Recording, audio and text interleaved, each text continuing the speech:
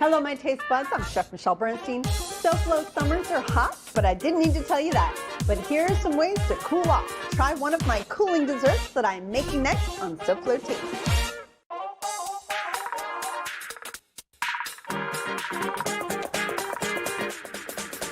How fun is that?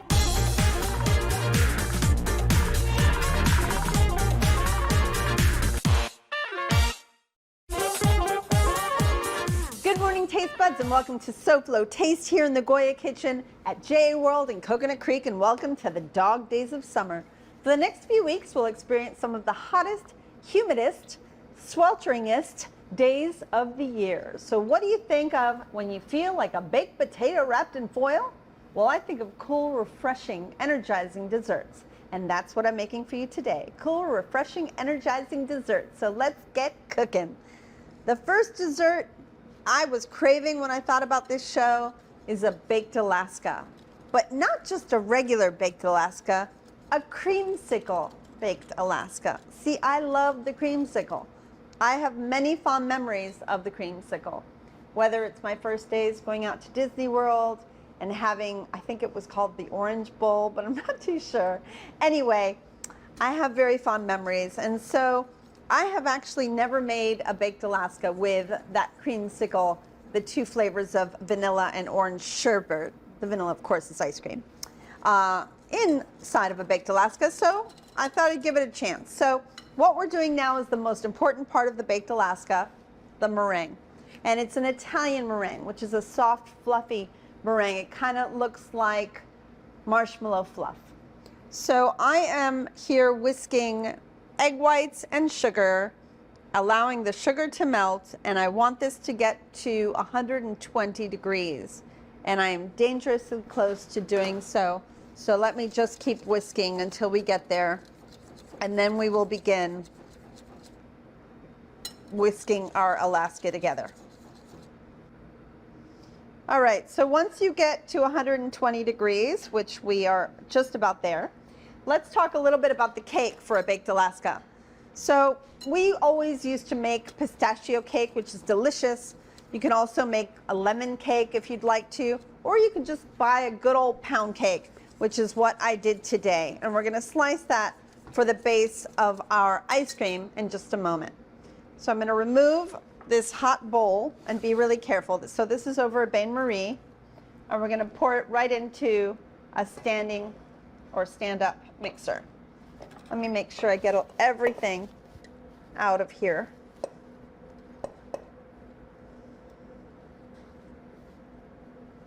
Okay. I think what we've actually made here is galactose, but I'm not 100% sure. So this is what I'm going to add here is cream of tartar. Cream of tartar is really great because it really holds the meringue together. Doesn't have really much flavor. I guess if anything, maybe a little salty, but I do love a little pinch of kosher salt. And then finally vanilla to give this a little bit of flavor because it really doesn't have any other than sweetness. So let's just let her rip, and then we're looking for thick, shiny meringue.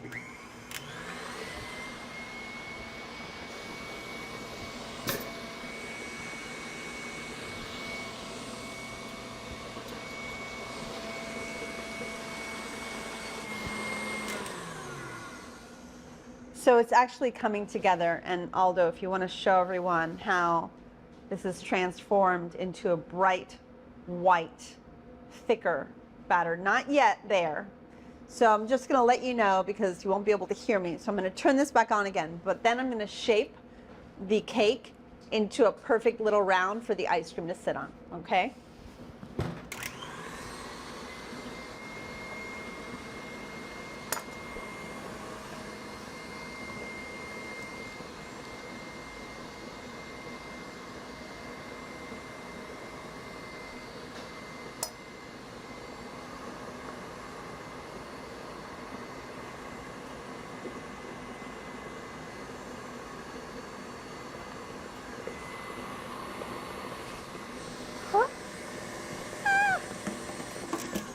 So, all right, everyone, look how beautifully thick and shiny that is. Remember I said it looks a little bit like marshmallow fluff? Delish. So we have a meringue, we have our cake. All we need to do is put it together. So come right back and we'll do just that. Celebrate the food of South Florida at SoFloTaste.com. It's the place to ask me a question or make a comment, especially good comments. Again, SoFloTaste.com. Come back to the Goya Kitchen at JA World, Michelle, and the food. This is SoFlo Taste.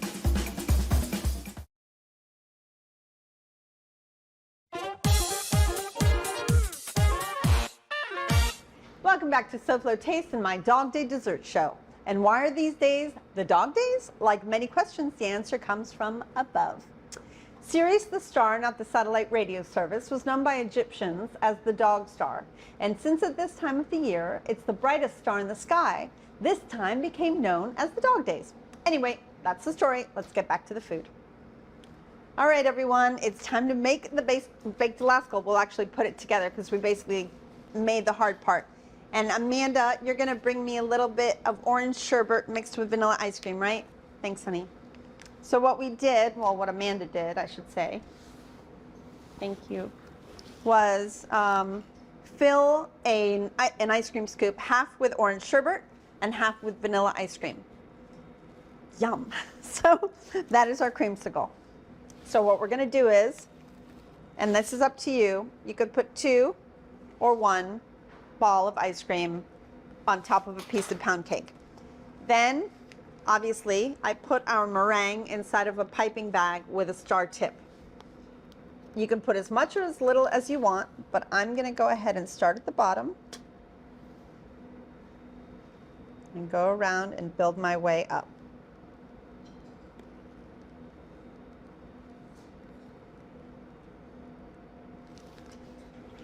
And now we do the fun part.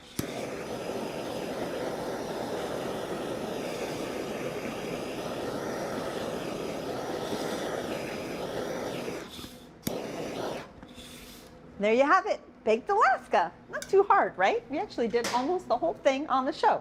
What you have to do is set the ice cream in the freezer, just ball it out and put it in there and leave it in there until you plate your dish.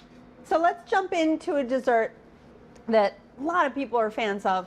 It's actually not very hard to make and it's really delicious. And you can combine your own favorite ingredients for this. I love yogurt panna cotta because I love that tanginess of yogurt. But if you'd rather do a more traditional panna cotta, you can really just use milk if you'd rather. So what we're gonna do is we're gonna open up a half of a vanilla bean.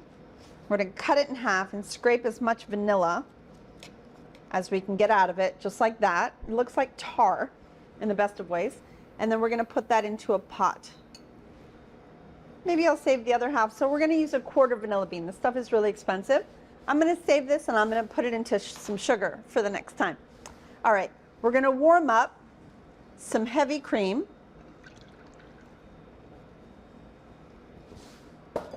And some sugar. We're gonna take powdered gelatin and add it to very cold milk.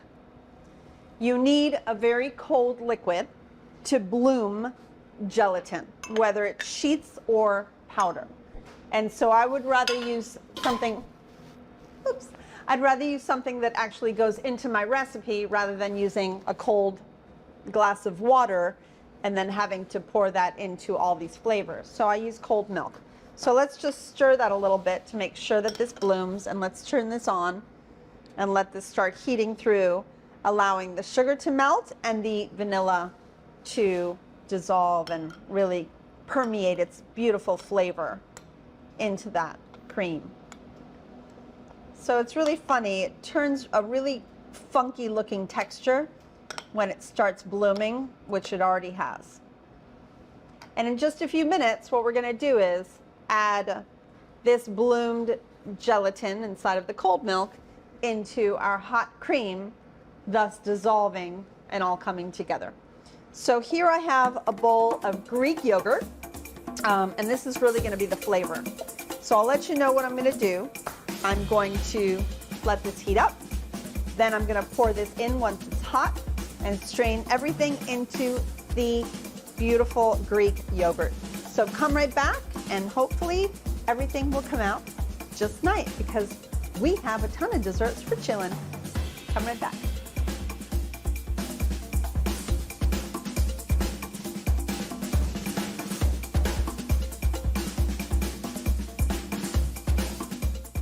Hi, I'm design expert Elena Capra. Michelle will be right back. And don't forget, stay tuned for another episode of SoFlo Home Project following SoFlo Taste.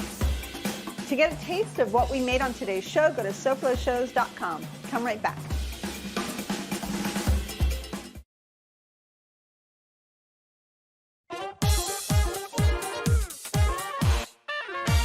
Welcome back. Today's recipes and all my recipes are available on the SoFlo Shows webpage. And by pointing your phone's camera at this quick response code, you'll go right to it. Now back to the food. All right, so to get powdered gelatin to really dissolve, it takes a little bit. So I have been simmering the gelatin in milk and cream and vanilla after it bloomed in the cold milk. And now we're gonna strain it into the yogurt. So again, I have Greek yogurt right here.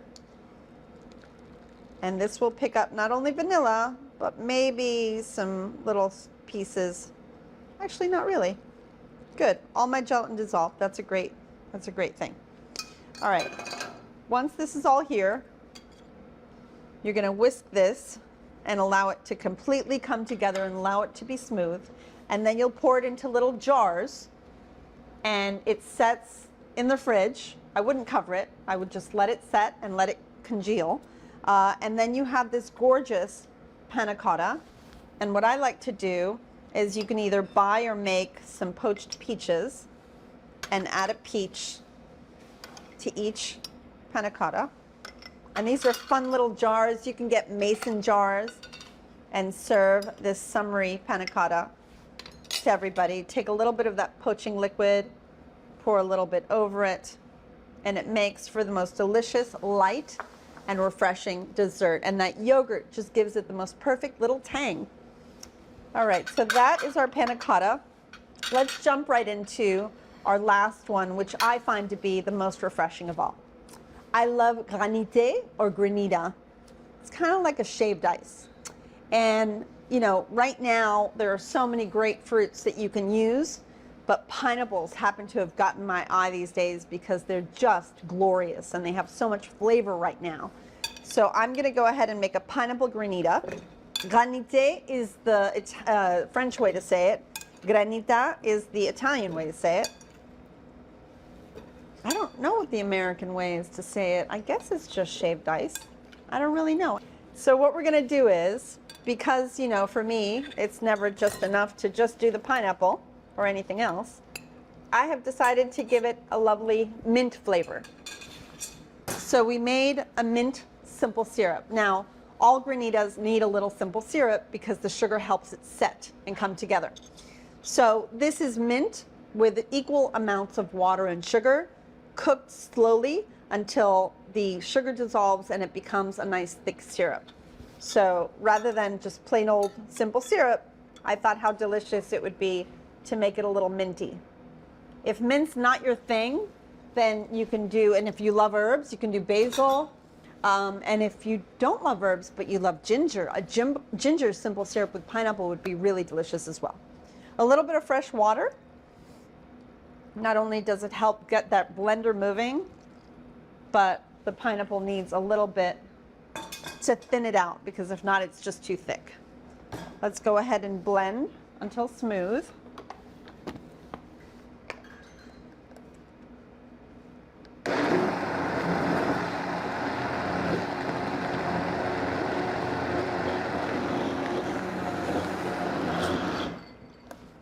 All right, so once it's really nice and smooth, and that was a lot of pineapple, but this is a really big blender, so I could do that.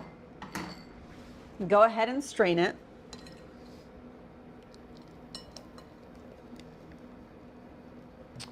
Once it's completely strained, go ahead and pour that liquid into a large pan. You're gonna leave that in your freezer for at least 3 hours. And then let me show you what it looks like after 3 hours. Excuse me. Hi.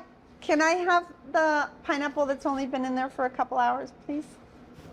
Thank you, ladies. All right, so this is what it looks like. It's not totally set yet. It's only been in for about 2 to 3 hours. So you're basically gonna wanna take a fork and start working it with a fork and scraping, scraping, scraping. This is what is going to be the difference between just a block of deliciously flavored ice or a Granita.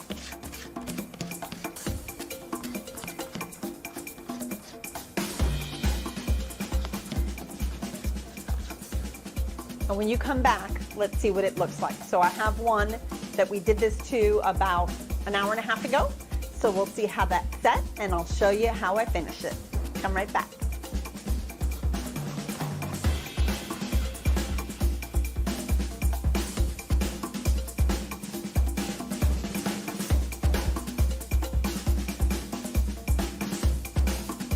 To get a taste of what we made on today's show, at least two-dimensionally, go to SoFloTaste.com. It's the be-all, end-all of SoFlo Taste. Come on back for the best part of this recipe, the tasting, when SoFlo Taste cooks on for a Saturday morning.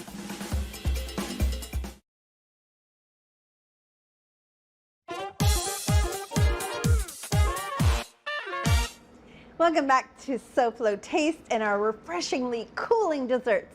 All right, so our pineapple and mint granite or granita have now finished.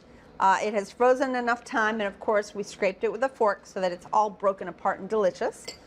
So let's go ahead and fill up our little bowls. Now, I'll never forget one of the first times I ever had one. The chef topped it with some whipped cream, and I thought, how weird to top something so light and refreshing with whipped cream. It became my favorite thing in the whole world.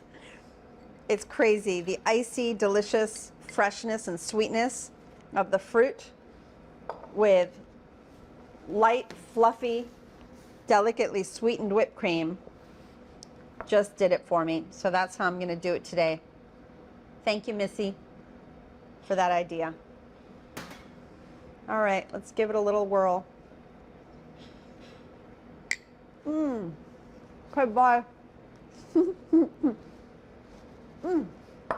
So good. Oh, have I cooled you off from those dog days? Try these desserts. I promise a cool, refreshing, and energizing feeling will sweep over you, and you'll enjoy them. Next week, I'm going to let you in on a few of my chef's secrets. It's all in the sauce. I'll give you some of my sauce recipes that you can top your dishes with that will take them over the top. So be here for my secret sauces on the next SoFlo Taste. Now let's check in with the talented Elena Capra. Hello, Elena. What are you doing next on SoFlo Home Project? Hi, Michelle. Good morning. So today we take a look at the ancient techniques to create modern works of art with mosaic. Coming up on SoFlo Home Project, we show you how to enhance the beauty of your home with this gorgeous tile. Thank you, my dear. We'll be watching. So taste buds, and you are all my taste buds. Please be smart, be safe, and be vaccinated, and I'll see you next week. Goodbye and good taste.